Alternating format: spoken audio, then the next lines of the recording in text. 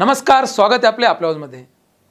आज आपण एक विशेष वृत्त पाहणार आहोत आणि हे विशेष वृत्त आहे जुन्नर तालुक्यातील श्री विघ्नर साखर कारखान्याचे। राज्यातील साखर कारखान्याची सध्या परिस्थिती फारशी चांगली नसली तरी काही साखर कारखाने आजही सुस्थितीमध्ये आहे।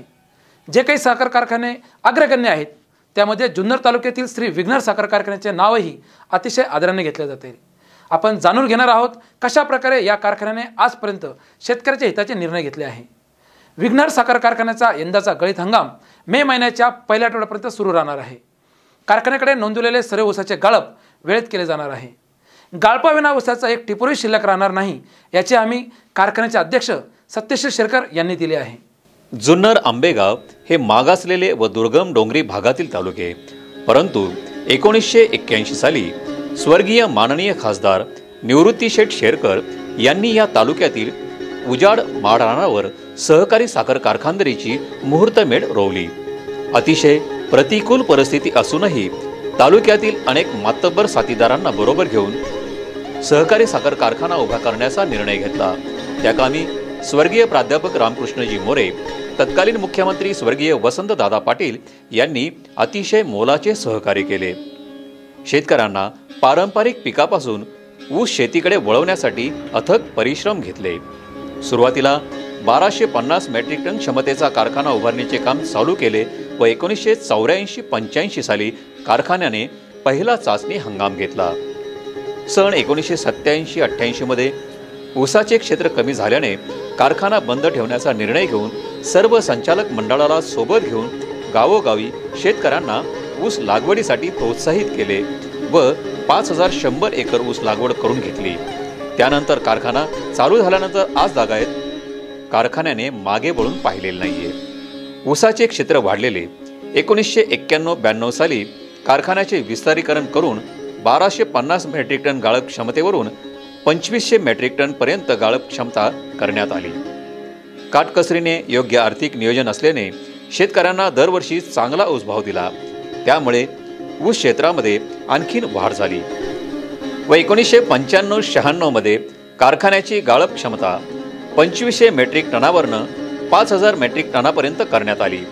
1998 साली स्वर्गीय सोपानशेठ शेरकर यांनी चेअरमन पदाची धुरा सांभाळल्यानंतर स्वर्गीय शेठ बाबांच्या मार्गदर्शनाखाली व संचालक मंडळाच्या सहकार्याने कारखान्याचे कामकाज उत्तमरित्या सांभाळले। स्वर्गीय शेठबाबांनी राज्यातील विजेचे संकट लक्षात घेऊन कारखान्याने पहिल्या टप्प्यामध्ये 6 मेगावॅट क्षमतेचा सहवीज निर्मिती प्रकल्प उभा केला। त्यानंतर सहवीज निर्मिती प्रकल्पाच्या माध्यमातून शेतकऱ्यांना 2 पैसे जास्त देता येतील या उद्देशाने माननीय संचालक मंडळाने सन 2012-2013 मध्ये 12 मेगावॅट क्षमतेच्या महत्त्वाकांक्षी सहवीज निर्मिती प्रकल्प उभा करण्याचा संकल्प केला व सन 2013 आणि 14 मध्ये प्रकल्प पूर्ण कार्यक्षमतेने सुरूही केला।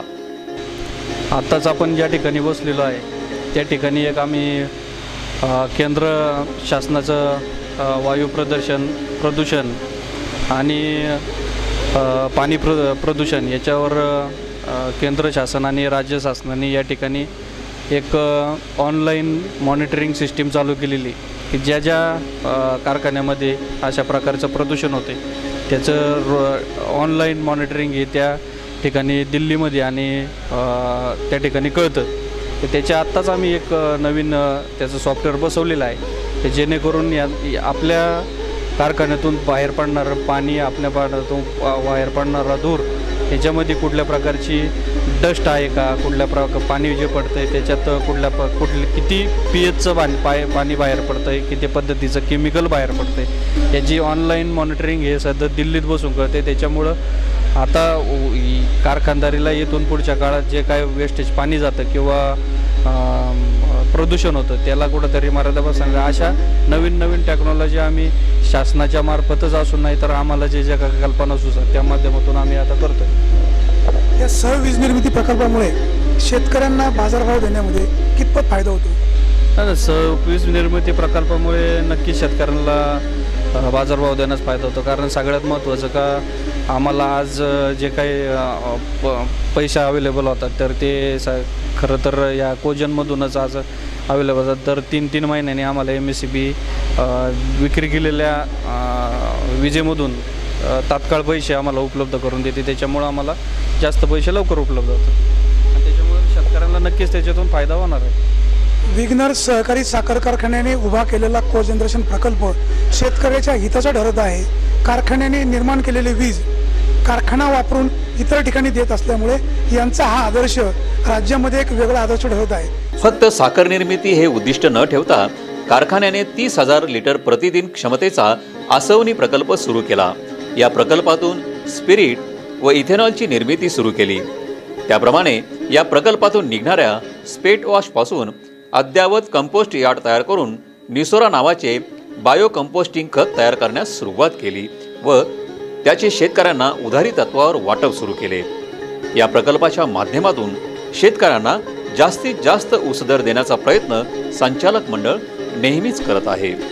आजपर्यंत कारखान्याने राज्य व देश पातळीवरील अनेक पुरस्कार प्राप्त केले आहेत. नुकतीच कारखान्याची निवडणूक बिनविरोध पार पडली. यामध्ये दोन्ही तालुक्यातील सभासद शेतकऱ्यांनी कारखान्याची धुरा तरुण तडफदार युवा नेतृत्व श्री सत्यशील दादा शेरकर यांच्या हातामध्ये दिली व त्यांनीही त्यांच्या विश्वासाला पात्र राहून नवीन संचालक मंडळाच्या सहकार्याने कारखान्याचा कारभार अत्यंत उत्तम रीतीने चालवला आहे. 5,000 मेट्रिक टन क्षमता असलेला कारखाना आज 6,000 मेट्रिक टन क्षमतेने कोणतेही स्टॉपेज न होता चालवत आहोत.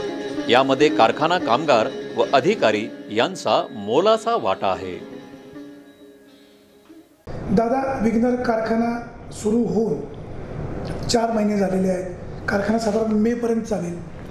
किती क्रशिंग झालं, किती साखर झाली, काय सांगाल आपण? कारखाना चालू होऊन 4 महिने झाले. साधारण आता मेच्या पहिल्या आठवड्यापर्यंत आपला अजून कारखाना चालेल.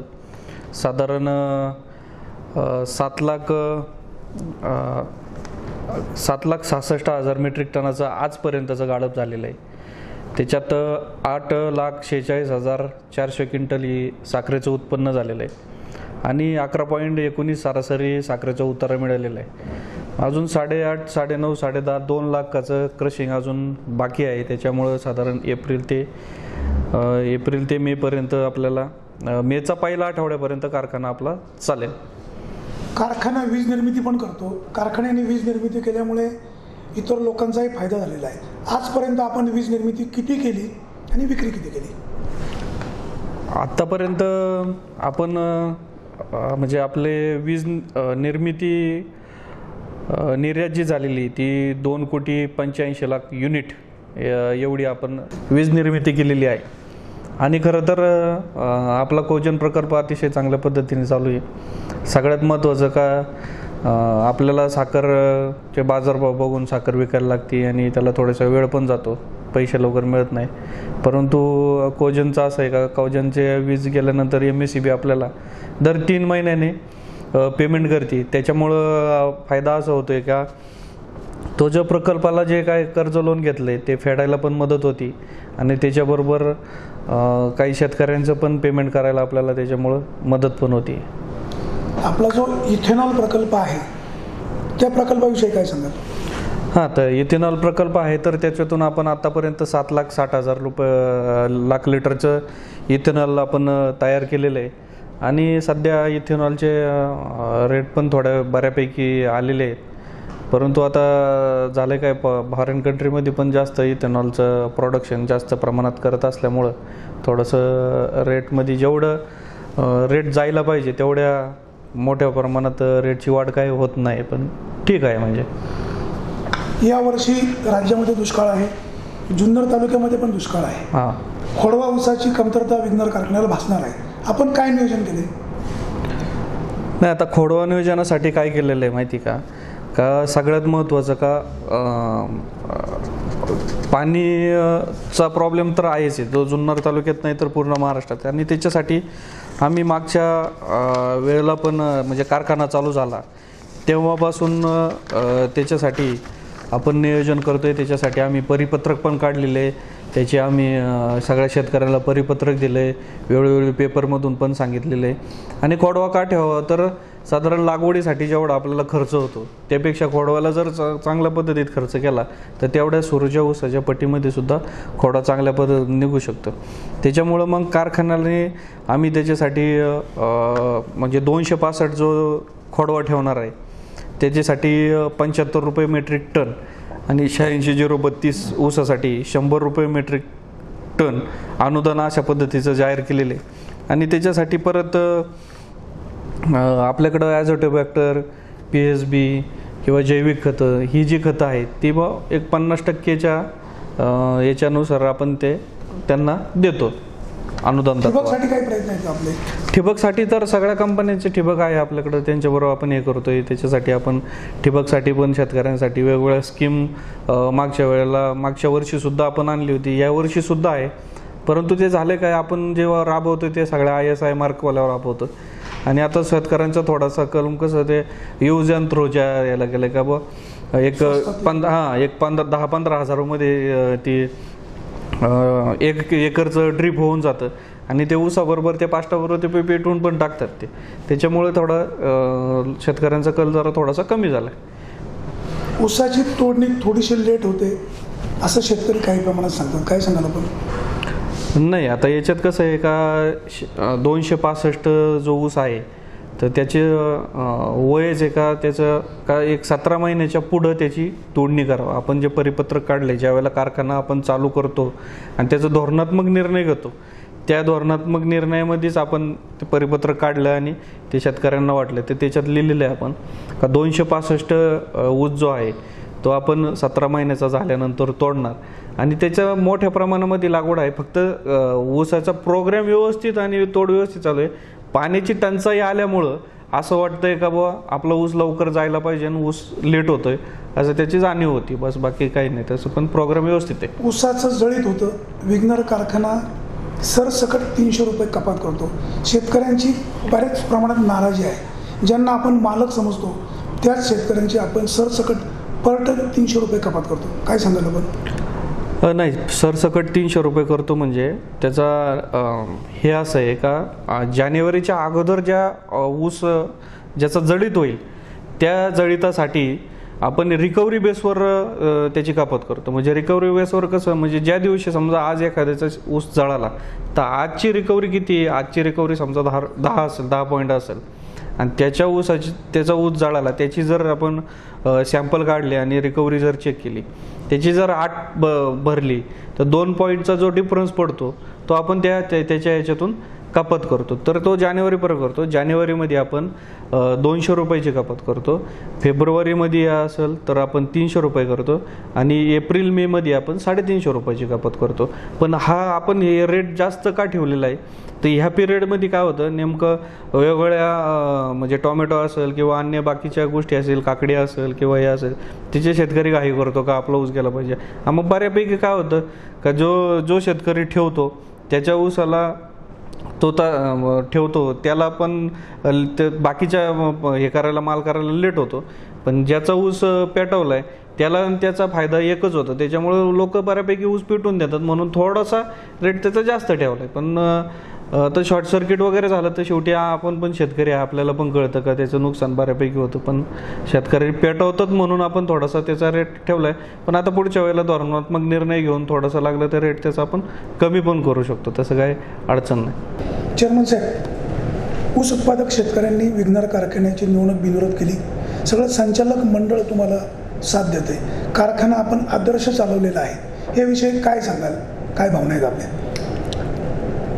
ह्या वर्षीचा म्हणजे मी चेअरमन झाल्यानंतरचा पहिला गळीत हंगाम आणि मग तो गळीत हंगाम कारखान्याची आर्थिक परिस्थिती, साखरेचे बाजारभाव, तोट्यात गेलेली कारखानदारी आणि शेतकऱ्यांनी ठेवलेला ऊस उत्पादकांनी सभासदांनी या माझ्यावर ठेवलेल्या विश्वासामुळं खरं तर आपण कारखान्याच्या गळीत हंगामाचा शुभारंभ आणि शेतकऱ्यांना प्रेरणा मिळावी या उद्देशाने खरं तर आपण गळीत हंगाम सगळे जास्ती 100 टनापेक्षा जास्त आणि ऊस उत्पादन करणारे शेतकरी त्यांच्या हस्ते हा कार्यक्रम केला.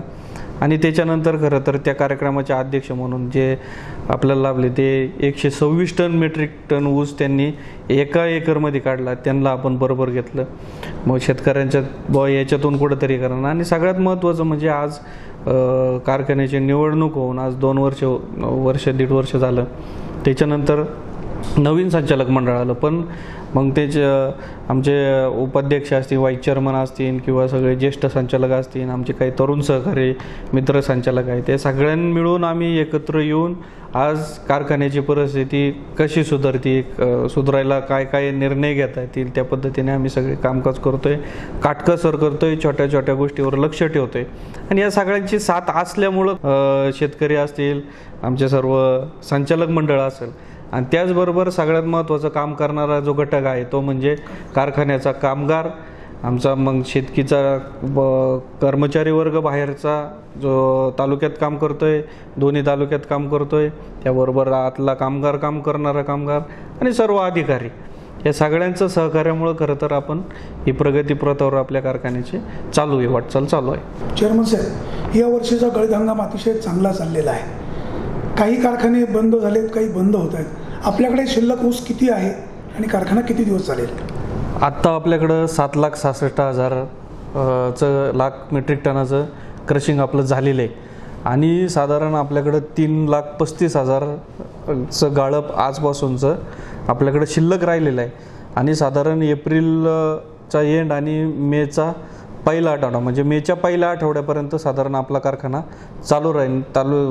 जरी महाराष्ट्रातले अनेक कारखाने बंद जरी झालेले असले तरी पण आपला कारखाना मेच्या एंडपर्यंत चालेल. ज्या ऊसाची नोंद आहे, ज्या ऊसाची नोंद नाही, सगळा ऊस तोडणार, टिपरी शिल्लक ठेवणार नाही. दोन्ही तालुक्यातला आपल्या विग्नरला जो कारखान्याला ऊस नोंदलेला आहे तो जोपर्यंत सगळा येत नाही तोपर्यंत कारखाना बंद होणार नाही. चेअरमन साहेब, शेवटचा प्रश्न. शासनाचं FRP बाबत एक धोरण आहे. FRP जो ठरेल त्याच्या 80% पेमेंट 14 दिवसाच्या आतमध्ये दिलं पाहिजे असं एक धोरण आहे. आपण काय नेमकं केलं, काय सांगा? हां, तर शासनाच्या धोरणानुसार 80% पेमेंट हे शेतकऱ्यांच्या खात्यावर हे ऊस तुटून आल्यानंतर 14 दिवसात ते जमा झालं पाहिजे. तर हा मागचा 14 दिवसाचा नियम आहे, आता शासनाने 30 दिवसाचा केलेला आहे. परंतु आपण मागच्या वर्षीचे जे FRPचे पेमेंट आहे ते तर शेतकऱ्यांचं अदा केलं आहे आणि यावर्षीच्या 80% कारखाना चालू झाल्यापासून तर आजपर्यंतच्या ज्यांचा ऊस आणला आहे तर आपली FRP 2281 रुपये आपली FRP होते. त्याच्यातले 80%च्या प्रमाणे 1825 रुपये आपण शेतकऱ्यांच्या खात्यावर जमा केलेले आहेत आणि उरलेले जे काही 20% होतील ते नंतरच्या काळामध्ये ते जमा होऊन जातील. पण शासनाच्या नियमानुसार आपण रेग्युलर पेमेंट देत आलेलो आहे 80% प्रमाणे. साखरेचे दर दिवसेंदिवस वाढत चाललेले आहे, तर हे दर जास्तच वाढले तर याचा थेट फायदा ऊस उत्पादकांना होऊ शकेल? हां, नाही, साखरेचे दर आहेत ना हे वाढलेले नक्कीच आहेत. पण काय आलं का ते सारखे अपडाऊन होत आहेत आणि बऱ्यापैकी त्याचा फायदा बऱ्यापैकी व्यापाऱ्यांना जास्त होते, कारखान्याला थोडा कमी होते. पण जरी कारखान्याला साखरेचे बाजारभाव जरी वाढले तर शेतकऱ्यांना FRP एवढेच पैसे देतील कारखाने, कारण इथून मागच्या 4-5 वर्षाच्या काळात जो काय फटका कारखानदाराला बसलेला आहे तर त्याचे लॉसेस भरून काढण्यासाठी साखर आज 40-45 रुपये 50 रुपये जरी गेली तरी ते काय 1 वर्षात होणार नाही. 30-32 रुपये जर साखर राहिली तरी 3-4 वर्षामध्ये कुठंतरी कारखाने परत लेवलला येतील. त्याच्यामुळं लगेच शेतकऱ्यांना त्याचा फायदा होईल असं नाही, पण कारखाना सुधारण्यासाठी त्याचा फायदा नक्की होईल. आज दिवसभर आपण विग्नर कारखान्याला भेट दिली. कारखान्याचे अध्यक्ष सत्यशील दादा यांनी स्वतः आमच्याबरोबर फिरून संपूर्ण कारखाना दाखवला, सगळ्या विभागाला भेट देऊन सगळी माहिती घेतली. इतर कारखान्यांना विग्नर कारखाना हा आयडॉल ठरत आहे. ज्या सभासदांनी सत्यशील शेरकर यांना कारखान्याची निवडणूक बिनविरोध करून कारखान्याच्या तिजोरीच्या चाव्या त्यांच्या ताब्यात दिल्या, ह्या चाव्या सुरक्षित राहिल्यात असं म्हटलं तर वावगं ठरणार नाही. सुरेश वाणी, आपला आवाज, निवृत्तीनगर. तर पाहिलं आपण कशा प्रकारे या ठिकाणी अतिशय चांगली वाटचाल सुरू आहे ती म्हणजे श्री विग्नर साखर कारखान्याची. या विग्नर साखर कारखान्याची निर्मिती केली आहे ते माजी खासदार स्वर्गीय श्री निवृत्तीशेठ शेरकर यांनी. शेठबाबांच्या निधनानंतर सोपानशेठ शेरकर यांनी शेतकऱ्यांच्या हिताचे अनेक निर्णय घेतले. मात्र सोपानशेठ शेरकर यांच्या निधनानंतर या कारखान्यामध्ये एक पोकळी निर्माण झाली होती आणि यानंतरच उदयाला आलं एक नवीन नेतृत्व, एक युवक नेतृत्व, ते म्हणजेच सत्यशील शेरकर यांच्या रूपाने. ज्यावेळेला सत्यशील शेरकर यांनी हा सर्व गाडा आपल्या हातामध्ये घेतला, हा कारभार आपल्या हातामध्ये घेतला, त्यावेळेला अनेकांनी आपल्या भोव्या उंचावल्या होत्या. कारण सत्यशील शेरकर यांना कुठल्याही प्रकारे या ठिकाणी या कामकाजाची पूर्णतः माहिती नव्हती.